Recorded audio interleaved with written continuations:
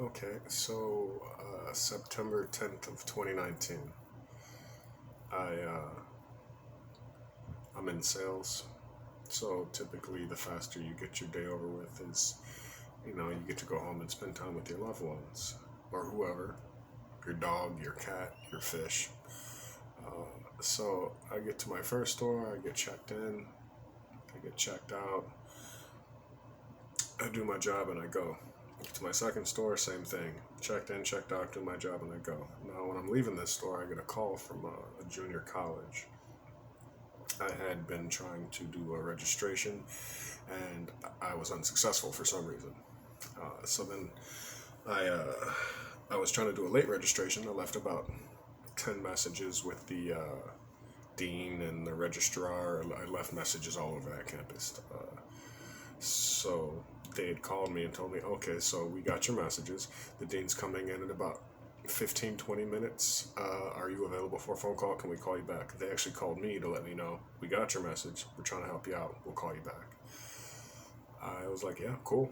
I'm down with that. So I get to my third store, and the person calls me back and says, oh, he just stepped in. He's going to be in his office for a minute. He'll be out in about 5 minutes or so, maybe 10 minutes max. And I'm like, all right, that makes sense. You got to get your coffee. You got to start your day off right. So I'm outside of my third store. I go in and I'm like, hey, I got this guy on the phone. When he comes back, I need to take this. Is that okay with you? Or I can just wait. I can. No, it's fine. All right, cool. I start trying to check in, and the store owner. First, I should preface this store's in the ghetto. The ghetto, like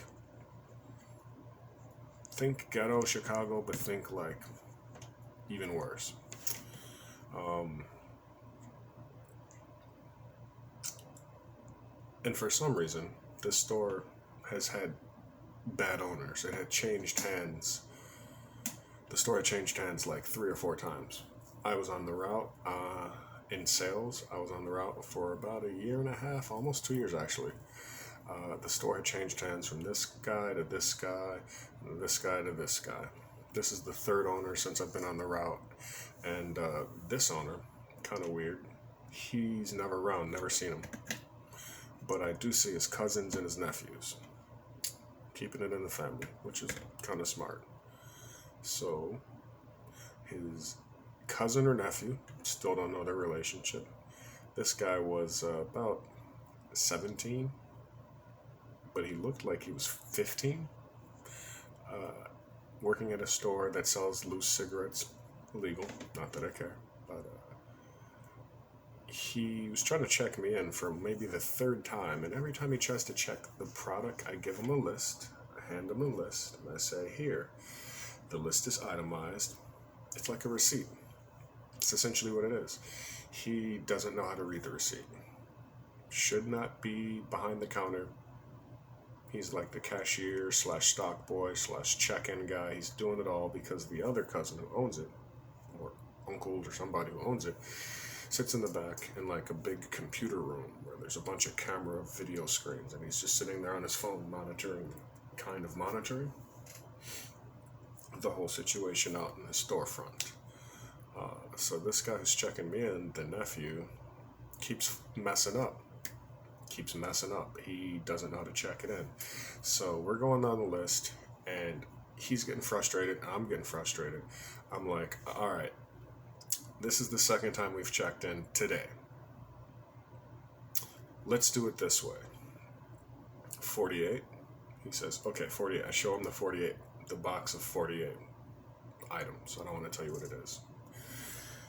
I get to the next box. 36. 36. We're going down the list. I'm picking up the boxes. 96. 48. And I'm putting them down. And then at some point he's like, no, you skipped one. And I said, no. No, I didn't. I said, which one did I skip? He said, the 96. I said, we did that already. That was two cases back or 3 cases back. And then he said, no, but you already did 96. And I'm like, there's more than 196 on this list. Then I showed him. I said, see the list. You have 48, 48, 36, 96, 48, 48, 48, 96, 48, whatever the list was. And he just kind of looks at me skeptical. I'm accustomed to this look because I'm black. That's just how we get looked at. People just kind of assume you're up to no good. You can't be telling the truth. You don't even know how to do your job. You can't know how to do your job. I can't read a fucking invoice. I can't read an invoice. But I'm sure you're wrong. And I'm sure I'm right. And that's kind of the attitude that he took. And at this point, we had checked in 2 or 3 times, and I'm just frustrated. So then I say, all right, I'll allow it. One more check-in against my better judgment. I should have just taken the cases and left. So we go to do a case check, which is where I show him at the bottom of the list, it says, say there's a 15, but let's pretend. At the bottom of the list, it says cases sold. Then it says 15. So then I count 1, 2, 3, 4, 5, 6, all the way to 15. And then I say 15 cases sold. The invoice, we're doing it the easy way now. We've tried checking it and we're doing it the easy way. He's like, I guess. And I'm like, all right, I guess I'll get started. So I put the cases back on my cart. And then I start bringing the cases to the aisle where the rack is for my product. I don't want to be too specific because this company is fucking crazy, and they scour the internet for disgruntled employees, and then they enact retribution if you say a bad word. It's kind of like a dictatorship. It's almost like, I don't want to say China because I've never been there. I don't want to sound like a red hat wearing MAGA fuck, but it's kind of like a dictator type play. You can't say the company you work for, or they will just, HR will come after you. And if you don't have legal representation, that's no bueno. That being said, I think I skipped a somewhat important part. I'll have to go back and edit this, but in the middle of our second check-in attempt, the bursar's office calls, or the registrar's office. He's here, he's ready. And I said, oh my God, give me 1 second. I got to tell this guy something. I'll be right back. So they have me on the phone, and our conversation lasts for maybe about a minute maximum. I give him my name. I tell him I've been trying to reach you. I give him my telephone number, and then I tell him, here's my email address. Can you send me a list of the classes that can be registered for late registration, and I will look at that after work. So I give him my name, my email account, my email address, my telephone number, and I ask for a list, and I say, I really gotta go, I'm sorry, I'm glad I got you, thanks. Pretty much hang up. Get back to the check-in. Then we check in for the second time and the third time, and then we do a case count after I've been in the store for about 15 minutes, unsuccessfully checking in because the guy literally just doesn't know how to read an invoice. And it's kind of self-explanatory. You have a pen. You look at the product. You see it, the product is itemized linearly. It's delineated. It's straight down. You just mark, mark, mark. This guy, not bright enough to mark down a list, have a pen, or know how to read an invoice. Anyway, so I go to slide the product over to the rack, and then from the corner, someone starts screaming, hey you, fuck you, get over here, motherfucker, get over here. I'm still just doing my job. I start sliding the second, I have 2 stacks. I go back for the second stack, put it on my cart, bring my cart over to the rack, slide the cart, boxes off, set up the cart. I'm starting to unpack. At some point, a patron of the store. I call him a patron, and I use that tone because he doesn't actually buy anything. He's not actually patronizing the store. He's just selling loose cigarettes and drinking like a little styrofoam cup of coffee for hours on end. That's what he does. That guy said, hey you, chip man. Hey you, sales rep. He's talking to you. And I said, huh? It totally slipped my mind. I had no idea that the store manager, owner, cousin of somebody, nephew of somebody, the guy who was there, the shot caller, had no idea he was talking to me, because people don't usually start shouting over the store at me. I'm not used to being talked to in such a way. I'm not used to responding to that. I still can't respond to that. Someone starts screaming, I'll just assume you're screaming at one of these hood folks who's probably stuffing ramen noodles into their pocket or whatever. So he starts screaming. Guy tells me to go over there. I go over there. I'm like, what's up? He's yelling at me. What the fuck? I want your manager's number right fucking now. Give me the fucking manager's number. I said, pause. Have I done something to offend you? Is there an issue? And he's like, I want your manager number. I said, well, we can't give out their personal number, but I can give you the number to Frito-Lay. Jeez. I can give you, I'm going to edit this shit. I can give you the number to the company. It's right here at the top of the list. You're going to call there. You're going to leave a message. You're going to ask for, let's say his name is Adam. His name's not Adam. Let's say his name's Adam.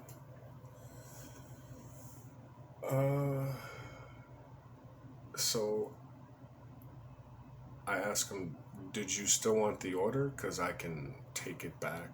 We can come back at another time. He said, no, I want the order. So I said, okay. Can I put it up? He said, yeah, do your fucking job. Now, at this time, he's been cursing at me and to my face for about a minute, seemingly for no reason. Didn't give me a reason. Didn't say I did anything to offend him. He just wanted my effing manager's number. He wanted to talk to somebody, presumably white, who's above me, who could come down on me, because that's typically how things are done in America. There's almost always a power structure or a systemic structure where white is at the top, and tan and bronze and weird white and kind of white, like ethnic white, Polish white, like still eating sauerkraut and pickled onions on it, you know, like you got pickled onions on your breath and like pickled eggs and sauerkraut and liverwurst pate splattered like on your beard and stuff, like, yeah, but all of that's way up here. Way up there, and that's how the structure works. So he called, he left a message. I presumably left a couple of messages, angry messages. I finished up, I went to the truck, I called my manager and I let him know, you're probably going to get a call or two from this customer. And he said, why, what happened? I said, I don't know. He just started screaming and cursing at me in the store. And I have no idea what I did to him to affect this reaction. The only thing I could think of, and I told my manager, is that I was trying to hurry through the check-in process, but that's because his cousin or whoever didn't know what he was doing, and we were wasting time checking in over and over and over. And he said, oh, don't worry about it. So that's the 10th of September, 2019, I think. So, or the September 2020, it's all a blur. COVID and whatnot, it's all a blur. They were selling COVID masks, so I assume it was 2020, because COVID didn't really kind of go crazy until 2020. So the next day, talk to the manager. He says, yeah, don't go to that store. Someone else is going to go to that store. I say, what's going on? He says, oh, he's complaining about you. He says this and this. We don't want you to go to that store. I'm like, well, what's he saying? And he said, well, after you're done with work, come in and talk to me. And let's say her name is Brianna. She's not Brianna. Blonde-haired Brianna and brown-haired Adam. Both 20-somethings fresh out of college, first real job, managing Fortune 500 company. So they bring me into the office and they sit me down and they tell me, this guy says that you did some sexual harassment of one of the employees who worked there. And they said, we want to get your side, and do you mind if we record this? And I said, you can record, but this sounds like something I need a lawyer for. Like, do I need to get a lawyer? And they're like, oh, no, you don't need a lawyer. No need to bring a lawyer into this. No, it's fine, but we do need to get your statement. And that's when I should have been like, I need a lawyer. I'm not talking right now. I need an attorney. But I told him, and I was like, I went in there. I had a guy on the phone. I told him in a minute or two I need to take this call, if that's okay with you, or I'll just go outside. I told him all of what had happened. I tried checking in. The guy didn't know what he was doing. We checked in a bunch of times. Then at the end I did a case count, which is fail-safe.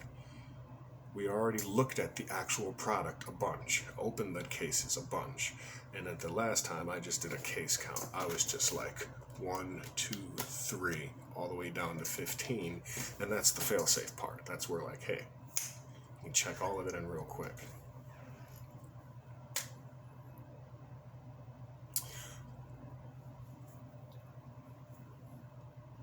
So, gotta put locks on these doors. So, they took my statement and then they told me, which is always kind of a fucking weird thing HR managers do. They want your side before they let you know what was said. And then they tell you what was said. We want to get your side of the story. We're not going to tell you what was said. That's like rule number 1, I guess, in managers' books.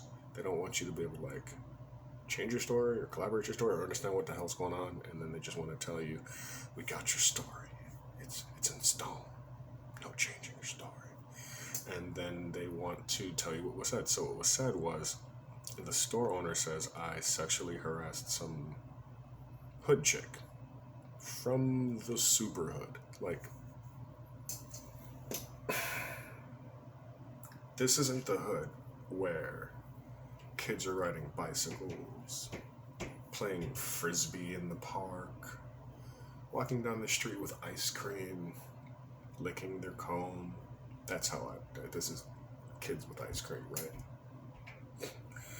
This is where if you're wearing the wrong color sneakers, they take your sneakers, they stab you, then they shoot you, then they throw your sneakers over a freaking clothesline or a power line.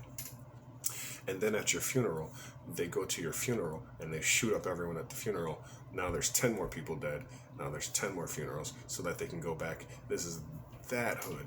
This is the kind of hood where if you bother the wrong girl, she's got like a few different gentleman callers.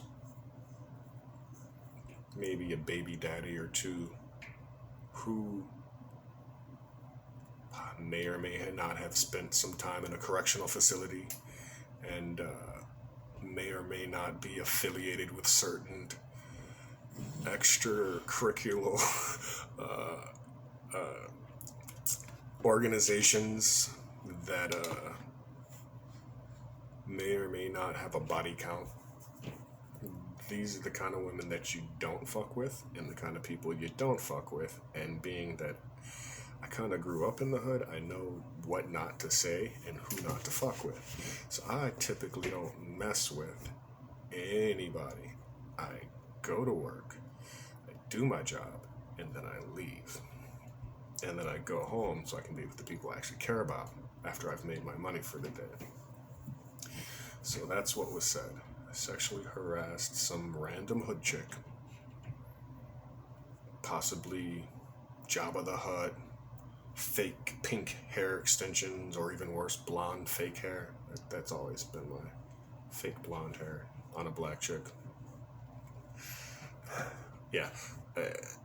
This is literally the neighborhood where people eat meat and cheese nachos 3 times a day from the local Arab corner store. And like on a good day, when they're feeling really good, they treat themselves.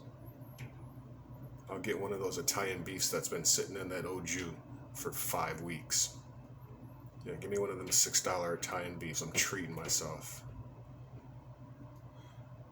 That's the neighborhood where the kind of people I'm accused of, like, literally was just accusation of that I was accused of, like, sexually harassing some random hood chick. And then they stated that her boyfriend was looking for me and he was gonna mess me up when he saw me. I've been on that route for almost 2 years. It was over a year and a half, almost 2 years. And I've seen probably 9 murders, 3 of which happened like right outside the store when I was inside the store. Like, one of which happened when I walked out the store. I gave a head nod to the guy, and then that guy, sitting in his car at the light, like 10 feet away from me, got aired out. Walk out the store, see the guy in a nice, cool, clean car. He looks at me. I try not to make eye contact. Made eye contact. Felt nervous. Gave him the head nod. Turned right. Make another right because the store's on the corner. I walk about 7 or 8 feet. And then I hear pop, pop, pop, pop, pop, pop. Somebody literally emptied their clip into that guy. And he's dead. And I still had half a block to walk. Run, really, to get to the truck so I can get the hell out of there and load my boxes. I didn't even load the boxes. I threw my cart onto the truck in the back, climbed in. It's like people are running down the street. Like, have you ever seen people running down the street like half ducking, like they're in Afghanistan? Like bullets are like, yeah, that's the neighborhood I'm in, and I was in, and that's the kind of things that would happen in that neighborhood regularly. So they told me some guy was looking to mess me up, and then they told me that the person who covered that store, because they didn't want me to go to that store, someone else delivered those chips that day, the second time, like not the same day, the second time. Someone else delivered to that store. They said a guy actually opened up the back door and was looking for me. Like, he was asking about me to the person who was covering my store. And he said that was a very scary experience because the guy literally just pulled the door open, which you're not supposed to have the door unlocked in the ghetto anyway, but pulled the door open, was literally asking about me. And I was like, huh, well, that's weird. So then they told me, well, why do you think he was looking for you? I said, I don't know. I have no idea why he was looking for me. But it does occur to me, this is the neighborhood, this is this type of neighborhood where loyalty is cheap. People don't have love for one another or educations. And you can probably buy a beating.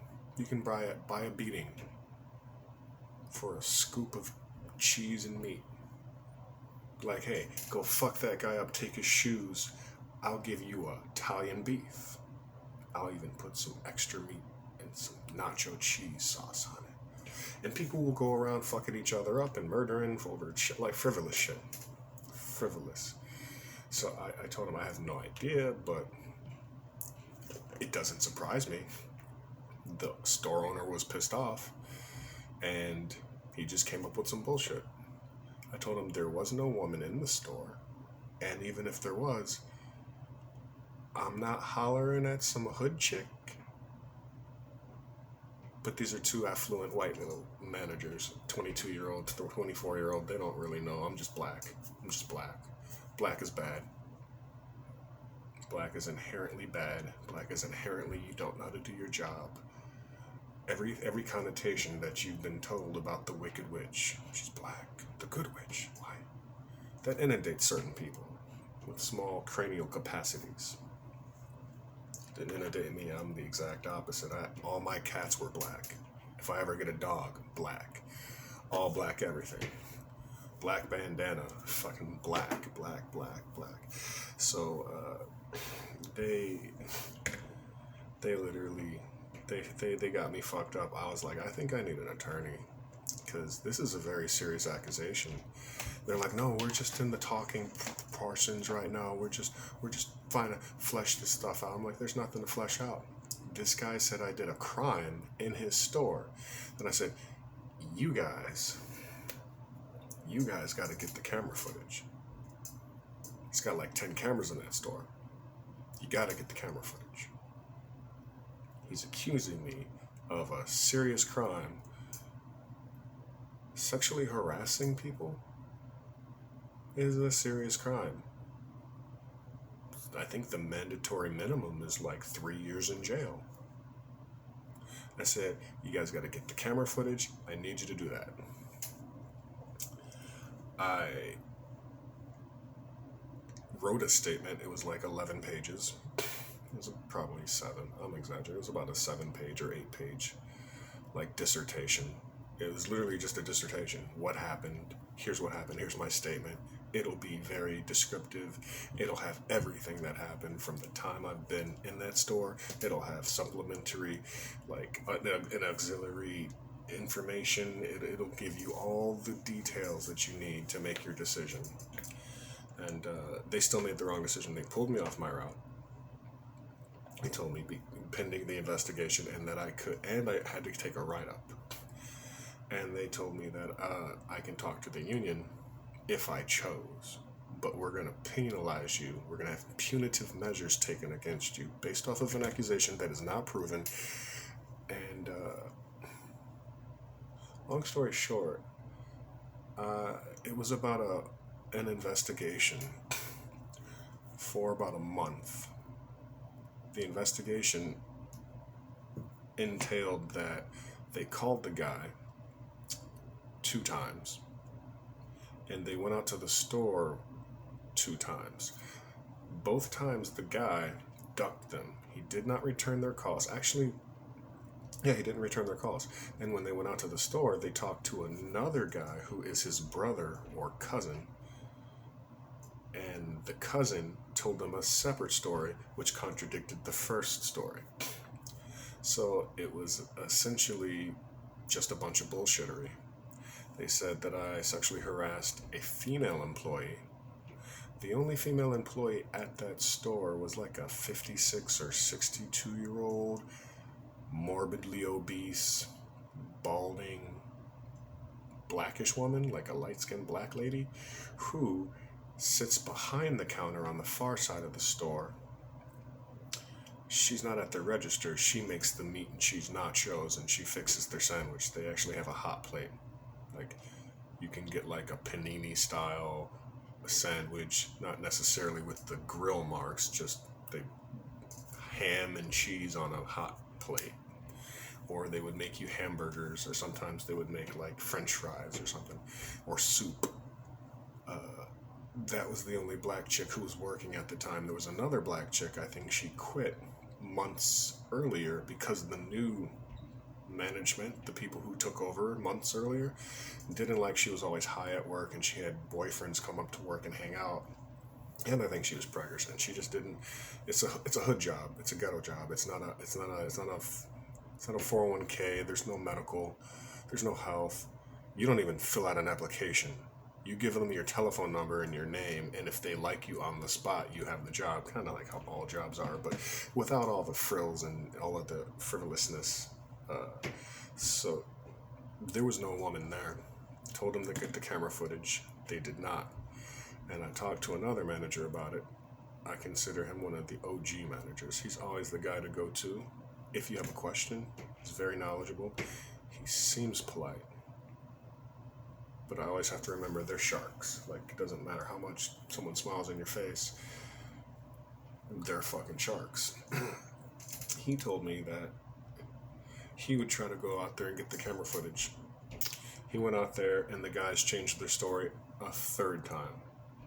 It went from I was sexually harassing a coworker or a worker to I was sexually harassing a customer who they have never identified. There was no statement from this customer or worker, and that her boyfriend was trying to kick my ass. That part fleshed out. There was somebody looking for me, but in the hood you can buy loyalty for scoops of cheese. So I'm pretty sure the Arab dude was just like, hey, if you see Frito-Lay, I give you meat and cheese for 1 week, beat his ass. And that's probably what happened. But then Tom went out there and they changed the story. Oh, he was rude. He told us to hurry up.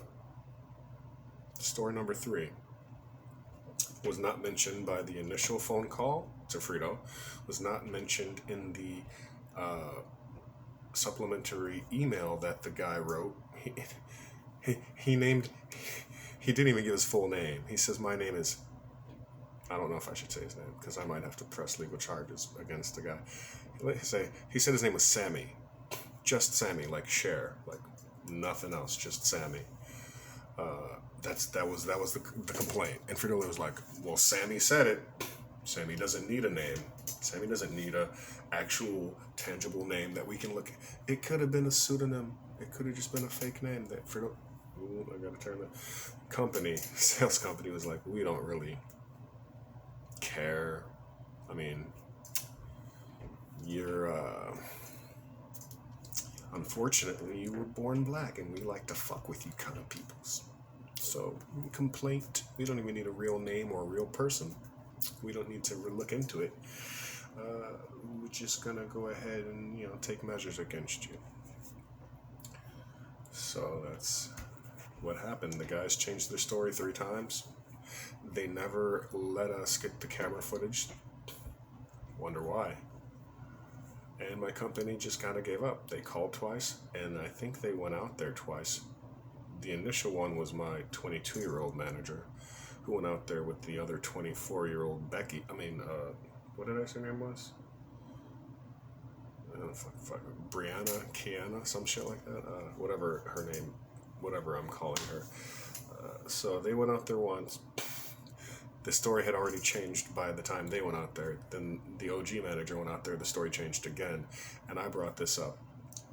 I talked to my union steward. He never gets back to you in time. He never gets back to anybody in time. He doesn't do anything. He takes your money. He showed up in a 3-piece suit, an Armani suit, with like alligator skin or some type of reptile skin shoes. Not boots, shoes. Like loafer style, like nice. Like I could tell that those were like $600, $700, $800 shoes. And I know Armani, that's a nice suit he had on. 3-piece. Had his hair slicked back, had his expensive cologne that smelled like monkey butt, and he was like, I'm here to represent you. Don't worry. He's doing a lot of weird, like Italian-esque type, like Jersey Shore type hand gestures. Don't worry, I've been through this a million times. I done got guys out of jams. And I'm like, well, I shouldn't even be in a jam. There's no evidence against me. They can't really do this, can they? Well, at the end of the day, the customer, but we gotta find a way to get you. I'm like, I can't go back to that store. The guy has goons looking for me. Goons. He's got goons looking for me. I don't want to go back to that store. Not only do I not want to go back to the store, I can't be kicked out for no reason. There's no evidence. They didn't produce a witness. There's nobody. The union rep, the union steward, whatever, the union rep, the main guy, the main top union guy for that local, for my local, came out and we had like a little powwow. It was me, the union guy, a lower level union guy, and then there was the top guy at my building, like the senior manager at my building, and then I think there was the junior person who sat there. No, he wasn't a junior. I think it was just the top guy. I don't think the other two were there. The other 2 junior managers.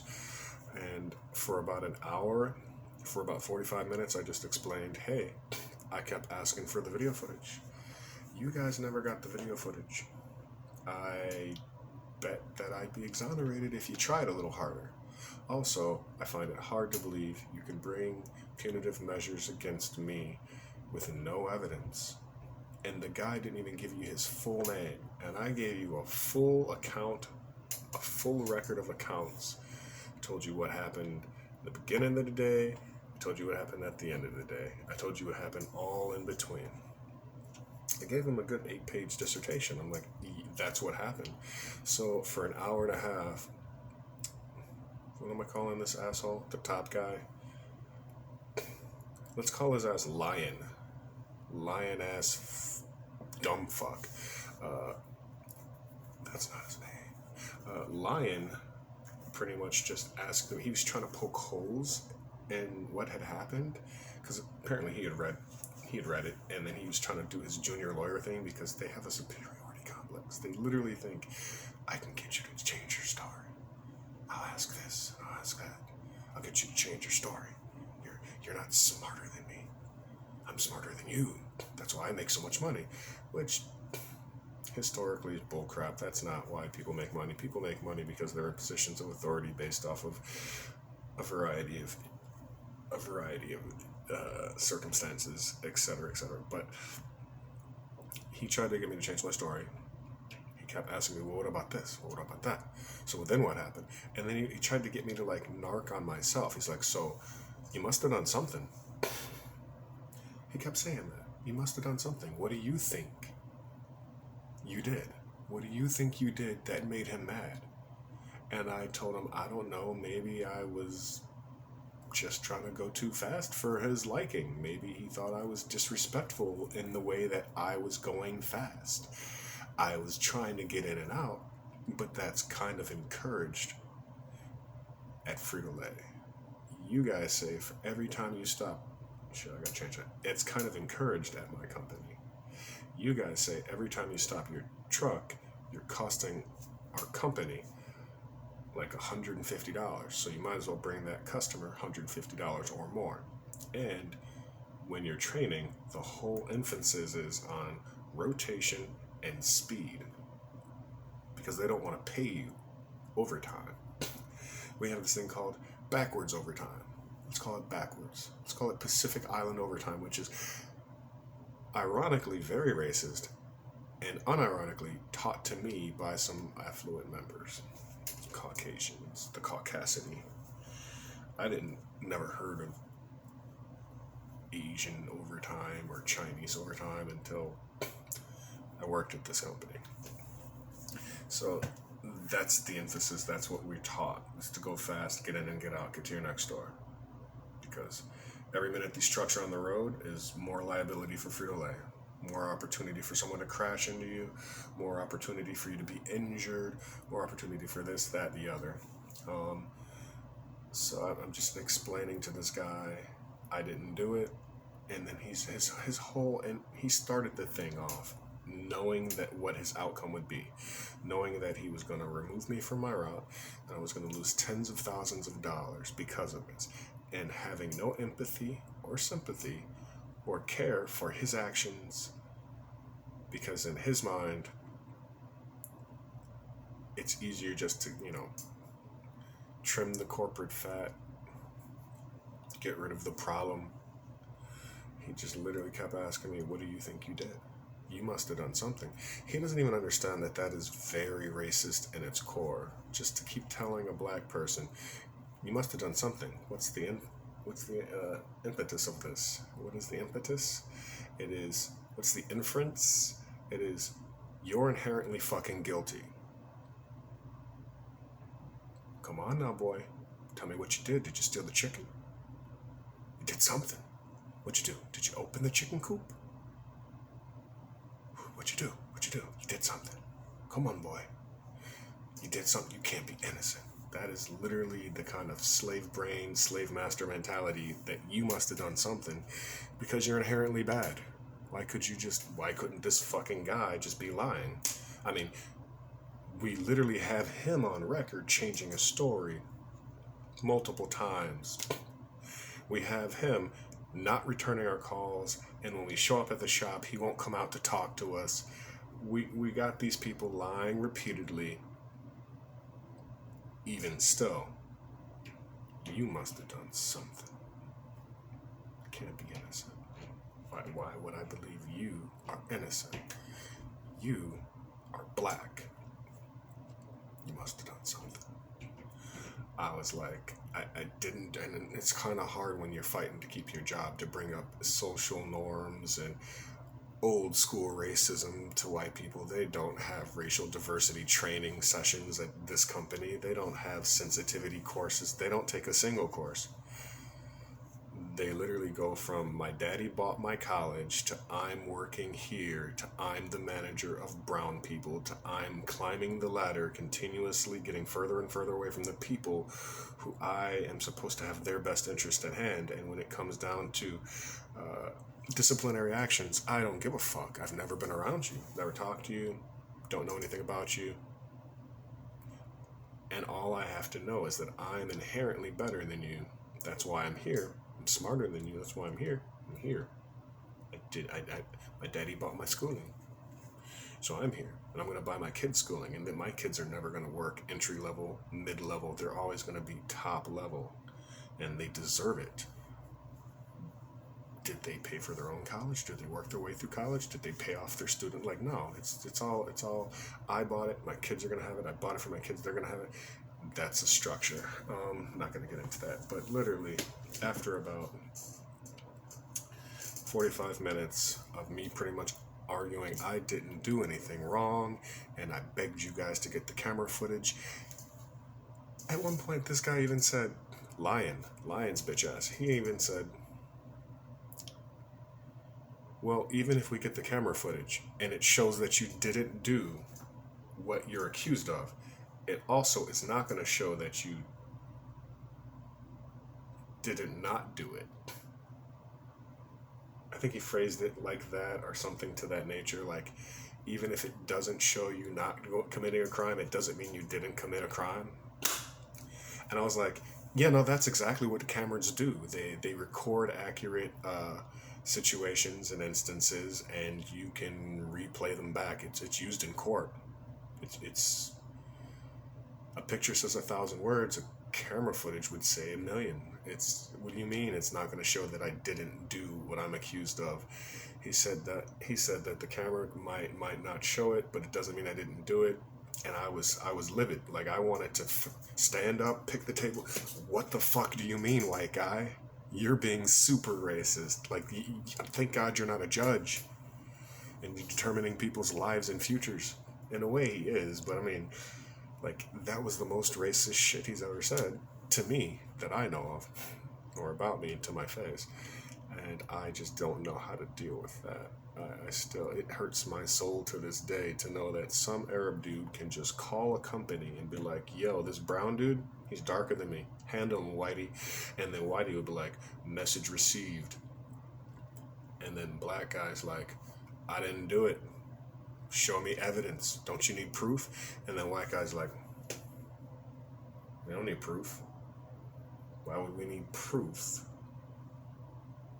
We don't need proof. Which is also not my experience at this same company. I've seen firsthand recently the disciplinary measures taken against brown people is always severe, and I don't want to go into too much detail, but there's a couple of brown and black people of color, who got fired recently since this new manager took over, this new top tier boss at this building, at this branch of the company. Probably about 10 black people fired. Then there was a white guy who, let's talk about that. The black people got fired for stuff as frivolous and silly as, like, they're outside a store in the hood, Arab run store, and the store's closed for whatever reason, and then they write the guy a credit just to show that they were at the store. And that's a no-no. It's a no-no, but it's a silly, stupid little no-no. It's like, if you don't go to all your stores in a day, you get hit for service. It shows up in a little report. You have to explain to your manager why I didn't go there, and then you have to apologize. And if you get 3 of those, that's a write-up. You get 3 write-ups, terminated. So, in an effort to stay on target with your service and properly taking care of your customers, not condoning it, saying that it should happen ever, but they wrote the guy a credit, which is essentially like, I was here, here's a bag of sunflower seeds, it's 50 cents. Here's a credit to show that I'm here. I'm going to make you an order. I'm not going to make you an order because your order has not been delivered today. I'm going to bring you your order on your next service day, but I don't want to get dinged for service. You miss 3 stores, you get a write-up. 3 write-ups, gone. So they terminated a black person for writing a credit for a store, just to show that they were there so they can get their service. And service really doesn't matter. This is this thing that just looks good on pie charts for managers when they're sitting in their office meetings with their catered lunches, got their burrito platters or whatever, their little triangle sandwiches with the toothpicks. It looks good. Oh, we're 150% to service as far as last year. We grow our business about 5% every quarter, and corporate white American bullshit like that. And then they fired this guy. That guy had been with the company like 12 years. Fired a few more for frivolous shit, like one girl who was not in her area, and she wrote her orders at the end of her day.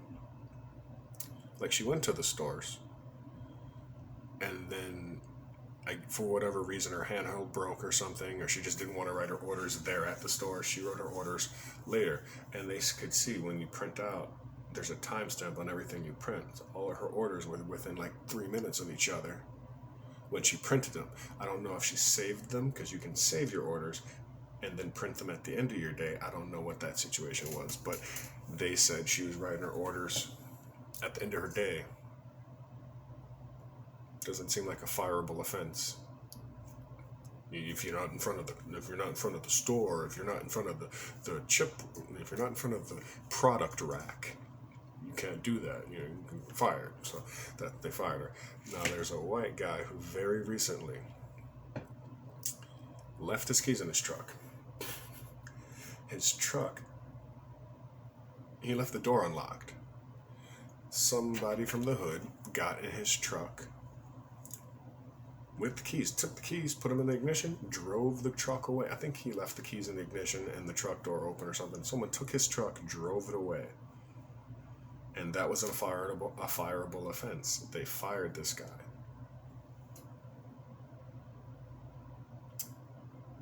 They brought him back. The union worked for him. The union said, we don't know if he left his keys in the truck or not. We don't know, but he admitted to it. That's how we all know this. He admitted to leaving his keys in the truck, and then they fired him.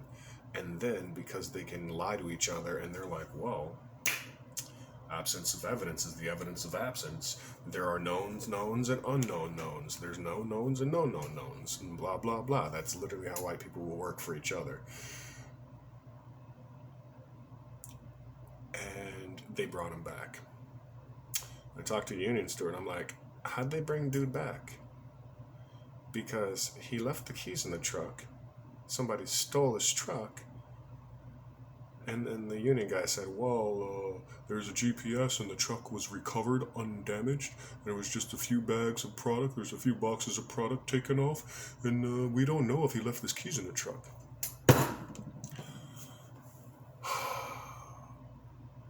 This is what a white guy told me. Because once again, they don't really have any faith in my intellect or any brown person's intellect. He said, we don't know if he left the keys in the truck. We don't know if he left the door unlocked. We don't know. We can't know, so we can't fire him if we don't know that the keys in our truck. We don't know. We can't fire him. How are we gonna fire him? Well, mental Gumby gymnastics.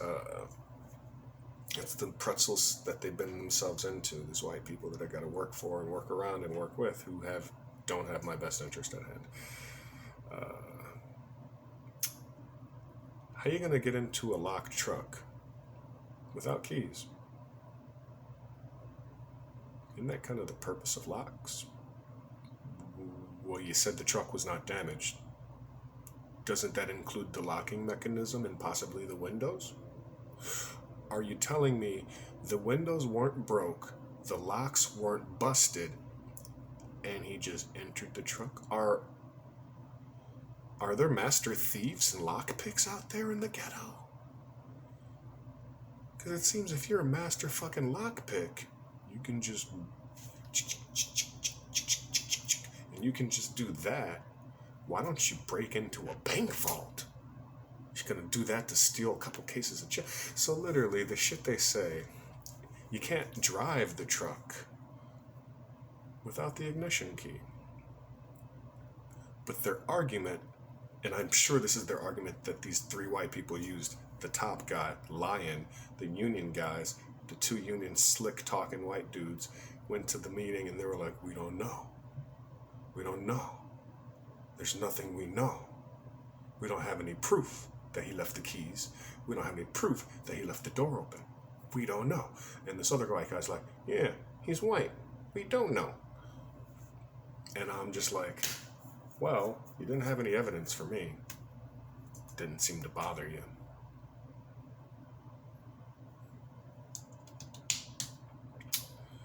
Yeah, so they brought him back. I got nothing. I don't know what to say about that. They brought him back. And America. I mean, literally, what can you say? What can you say? We don't know what happened. Maybe there's a master lockpicker out there who's able to infiltrate the Frito-Lay trucks, and then he somehow fabricated a ignition key. Yeah, you could have just fabricated the ignition key. And the other white guy's like, that sounds like a good story. I'll believe it. Yeah, let's all believe it together. That's the shit you gotta deal with when you're brown in corporate America. You know, they'll just bring back some guy who literally did some stupid shit, and they'll fire people for, like, trying to make their day easy so they don't get write-ups. If you try to make your day easy so you don't get write-ups, so that you're doing that in an effort to keep your job, white management will be like, get rid of these niggas. Get rid of them. And then if you do some blatantly stupid stuff, also, this was a veteran of like 20 plus years who did the key leaving. He should have known better.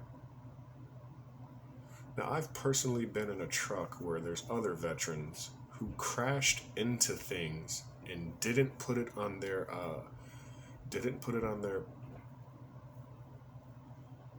truck inspection. That's what I'll say. And I put it on my truck inspection the very next day because I had to cover that route. And that's happened a couple times where, like, someone's coming back from being sick or hurt, and I'm covering the route, and then they're driving the truck, and they're using the computer, and I'm just there helping out, pretty much doing all the heavy lifting and putting the product on the shelf. And then they'll crash into something and say nothing and won't even document it. And I'll immediately document it because, God forbid, I get blamed for that damage to that truck. And I know how white people are. And, like, it's just... I guess I'll end this video here. I got more, but it's gonna be pretty pointless and redundant. Yeah, so I over the course of that year lost about $10,000, $15,000. Had to dip into my 401k, and I'm still emotionally fucked up. Like, every time I think about it, hurts my soul a little bit, invokes reactions and emotions like anger, resentment, a little bit of hatred for the white power structure, because that's some... We don't need evidence. We don't need evidence. You must have done something. Why don't you tell me what you did? Come on, what'd you tell me? What'd you do? What'd you really do? What would he say you did? Well, one last thing. During my little powwow with the managers and the two white guys who literally didn't say a thing, they eventually said one thing. What the lower level Union guy asked, "Did you guys even try to look for the girl?" And then the top manager guy looked at him like, "You're not supposed to say that. You're on my fucking side." He gave him a look like, "No, we didn't look. Because if we would look and we find her, then we have to fire Steve." So literally, there's levels and layers. He's saying that we didn't do our due diligence because if we did our due diligence, then we'd have to fire you. So either you care about the crime or you don't care about the crime. Either this is a company that has rules and or it doesn't. I was going to say procedural protocols, etc. Either you care about the crime or you don't. They literally said we didn't look into it any further. He acknowledged that they stopped looking into it and they haven't pressed it and they weren't going to press it. And that's pretty much the only thing my union guy said. He said, "Well, why don't you think if you looked into it, then maybe you if you didn't look into it, you should maybe look into it." And then I was promptly removed from my route. Immediately lost lots of money. I'm talking pre-tax 12, 13, 14 every week. And then no route, like take home $430. Did my bills decrease by $800? No. Does white management care? Not really, but they did make us take a sexual harassment course.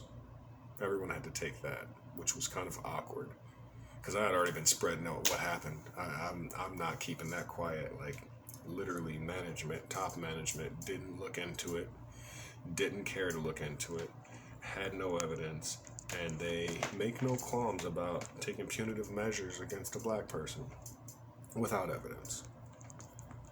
And their reasoning for not having evidence is not only do we not need it, but if we had it, punishment would be worse. And my argument the whole time was, if you had the evidence, I wouldn't be punished at all.